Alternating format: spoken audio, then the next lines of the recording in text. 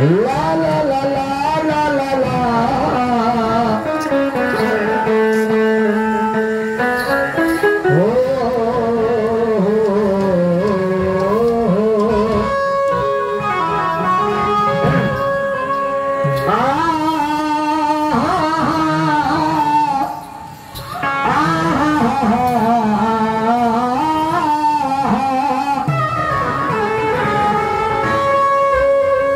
माय बापू दोन्ही शहरांचे प्रारंभिक राऊंड समाप्त झाले आणि खऱ्या अर्थाने दुय्यमीला सुरुवात झाली.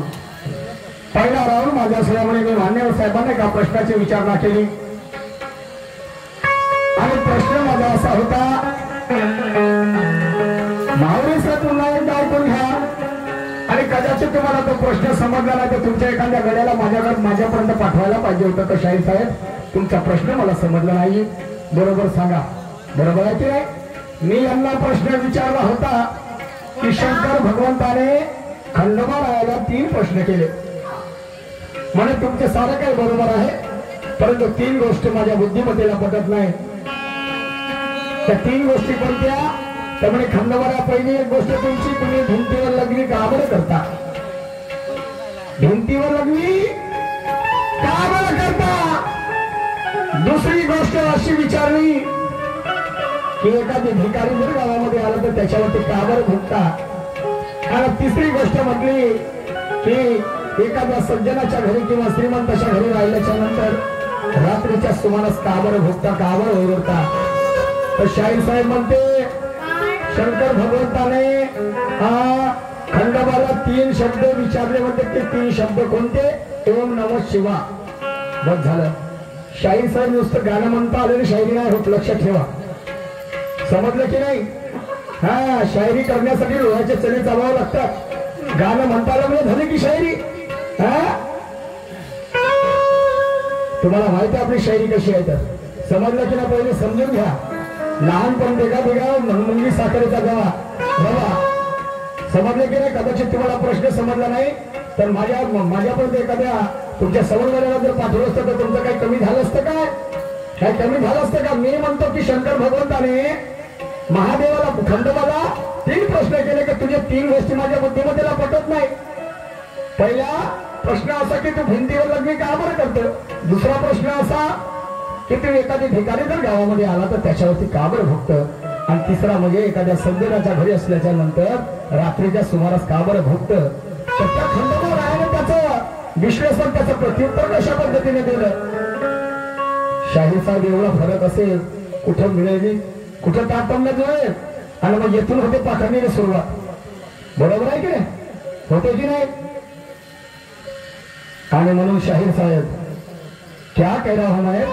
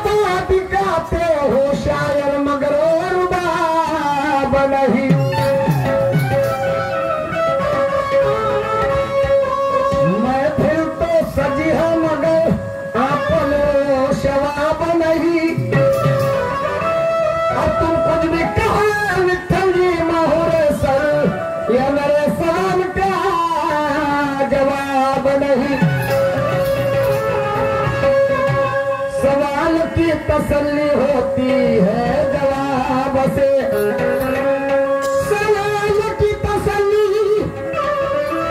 होती है जवाब से, और गाने की भी तसल्ली यारो होती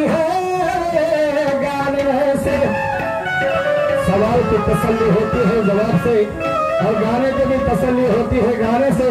और ये महफिल कभी खुश नहीं होगी तुम्हारा और मेरा चेहरा देख लेने से। उसकी तारीफ करना कोई बड़ी बात नहीं, मगर हमारी तारीफ होनी चाहिए इस जमाने से। इस जमाने से असे आमच्यासारखे आवाजाच्या ध्वनी जगाच्या पाठीवर काय कितीतरी लोकांना गाणं म्हणता येते, समजलं की नाही शाहीर साहेब? हा, पण शायरी मुळात काय आहे हे जेव्हापर्यंत आम्ही लोकांना समजावून सांगणार नाही तेव्हापर्यंत आम्ही उंच भरारी घेणार नाही, या शायरीच्या आखाड्यामध्ये आमचं नाव होणार नाही। समजलं की नाही? तुमचं गाणं म्हणणं सुंदर, सगळ्या गोष्टी सुंदर, पण उत्तर देताना काऊन डगमगतात माहित नाही।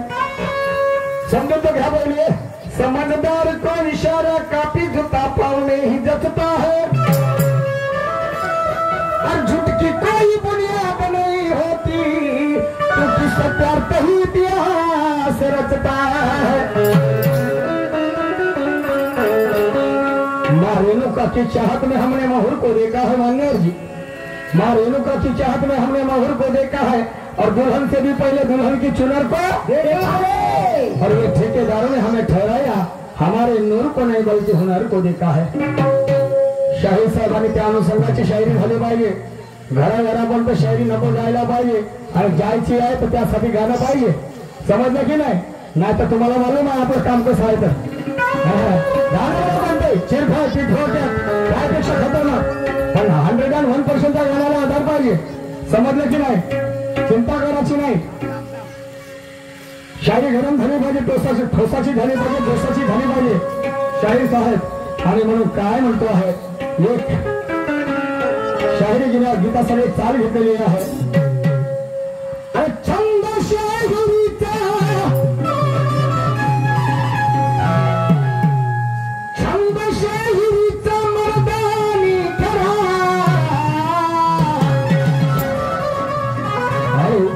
मर्दाची शायरी आहे, पण आज या शाहीरच्या आखाड्यामध्ये बाया निघाल्या।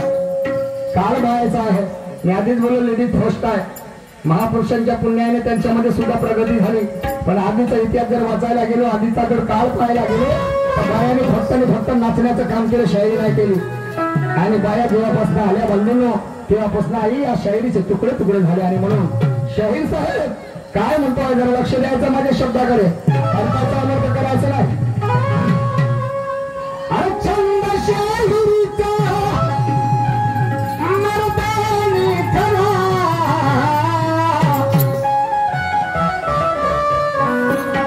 दाखवा आपलं पाणी तुम्ही आज शाहिरा, दाखवा आपलं पाणी तुम्ही आज शाहिरा, दाखवा आपलं पाणी तुम्ही आज शाहिरा।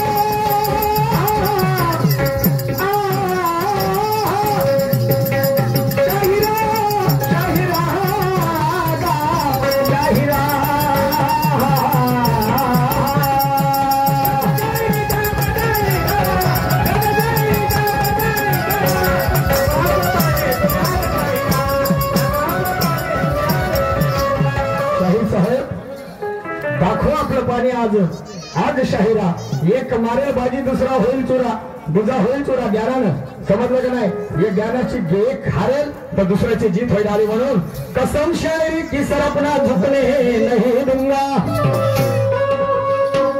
कसम शायरी की सरपना झुकने नहीं दूंगा और इस रंग मन्नत बोलते कदम हारो अपने रुकने नहीं दूंगा रंगती हमारी शहर विठ्ठलराव जी तुम्हें अकेले को रुकने नहीं दूंगा और ध्यान में रखना मेरे निशाने पर हो आप निशाना अपना चुकने नहीं दूंगा शाहिर साहब आप किस माध्यम से शायरी करते हैं कौन सा सवाल करते हैं कौन सा शेर बोलते हैं मेरा आपके ऊपर ध्यान रहेगा समझे कि नहीं ये मेरा मती बात है कहने का तो शाहिर साहब ने सवाल किया हम उस पर म्हणतात पती आणि पत्नी हे पैसे घेत होते दादाकडनं पती आणि पत्नी यांचे लग्न झाल्याच्या नंतर पती आणि पत्नी नवरा आणि बायको यांचे लग्न झाल्यावर 18 वर्ष नवरा बायको बनून राहिली म्हणतो नवरा बायको बनून राहिली आणि बायको नवरा बनून राहिला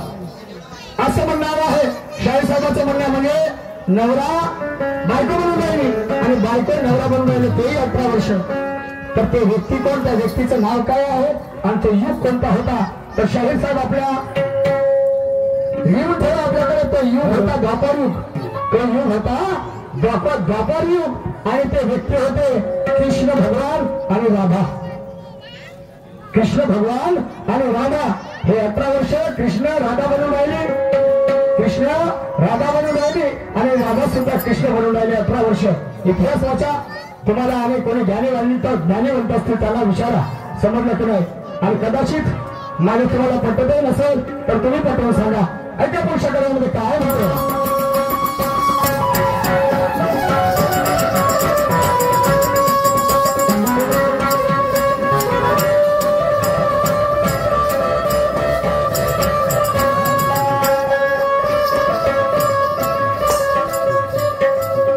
अरे मला नाही सत्य सांगू इच्छित मी सत्य आणि तमाशा नसून प्रबोधन होते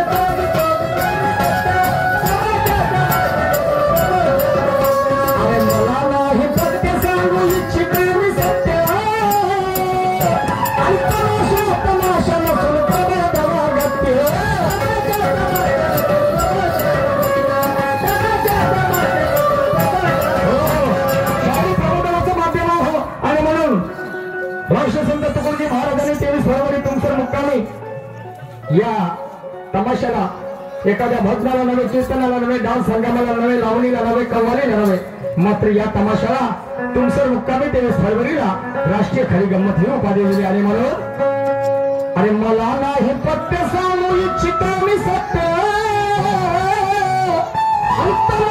तमाशा नसून प्रबोधनागत शाहीर साहेब मग काय होते थोड्या वेळाच्या नंतर काय परिस्थिती होते अरे भाषा का बिघडली होय तुमचा मातीरा भाषा जर माझी बिघडली हा तर माझा मातीरा होईल तुमची बिघडली तर तुमचा मातीरा होईल आणि म्हणून आम्हाला भाषा बिघडू द्यायची नाही आमच्या शाहीर अरे भाषा का बिघडली होय तुमचा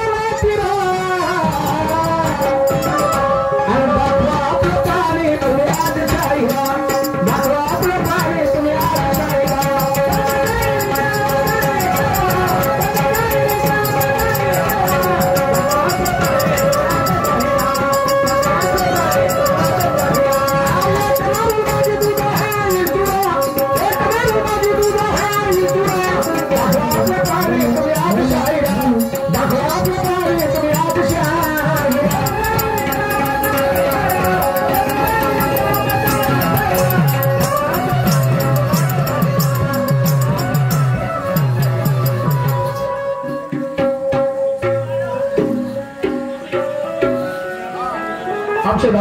हर्षदादा कावळकर साहेब मैसूर यांच्याकडे विचारधारेवरती 100 रुपये आलेले आहेत. धन्यवाद.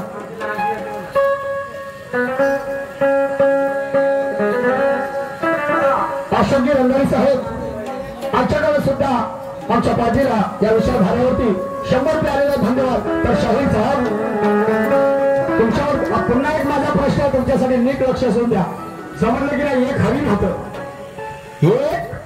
होतं आणि हरिण त्याला पाण्याने व्याकुळ झालेलं होतं. हरिण आणि पाणी पिण्यासाठी नदीवरती गेले. बंधूंनो, नदीवरती गेलं तर त्या नदीमध्ये एक मगर होता, मोठा जात मगर होता.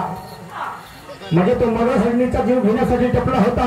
पुन्हा एक शिकारी त्या नदीवरती आला गेली. त्या हरिण पाणी प्यायला आपला थोडा वेळ आले की ते एक शिकारी याला आपला बाण घेऊ. आणि दुसरी गोष्ट, इकडून दुसऱ्या साईडला वाघ सुद्धा आला. वाघाला सुद्धा भूक लागली होती, त्याला सुद्धा शिकार पाहिजे होतं. आणि म्हणून तो वाघ सुद्धा त्या हरणीवर टपलेला होता. इकडे मगरमच्छ सुद्धा त्या हरणीवर टपलेला होता. आणि या बाजूने शिकारी सुद्धा त्या हरणीचा शिकार करण्यासाठी वाट पाहत होता. मागेहून वळवा लागला होता. पहा पूर्व, पश्चिम, उत्तर, दक्षिण. आणि हरिण बीच्यामध्ये बंधूंनो, हरिण बीच्यामध्ये इकडे माणूस धनुष्य तीर कमान घेऊन, त्याच्या रॉंग साईडला वाघ होता, पाण्यामध्ये हरिण होतं आणि पाठीमागून वनवा होता, अग्नीचा वनवा होता. तर म्हणण्याचं तात्पर्य म्हणजे तिला जीव वाचवायचा होता, पाणी सुद्धा प्यायचं होतं आणि जीव वाचवायचा होता. तर तिने जीव कशा पद्धतीने वाचवला? शाहीर साहेब, त्या हरिणीचा जीव कशा पद्धतीने वाचला?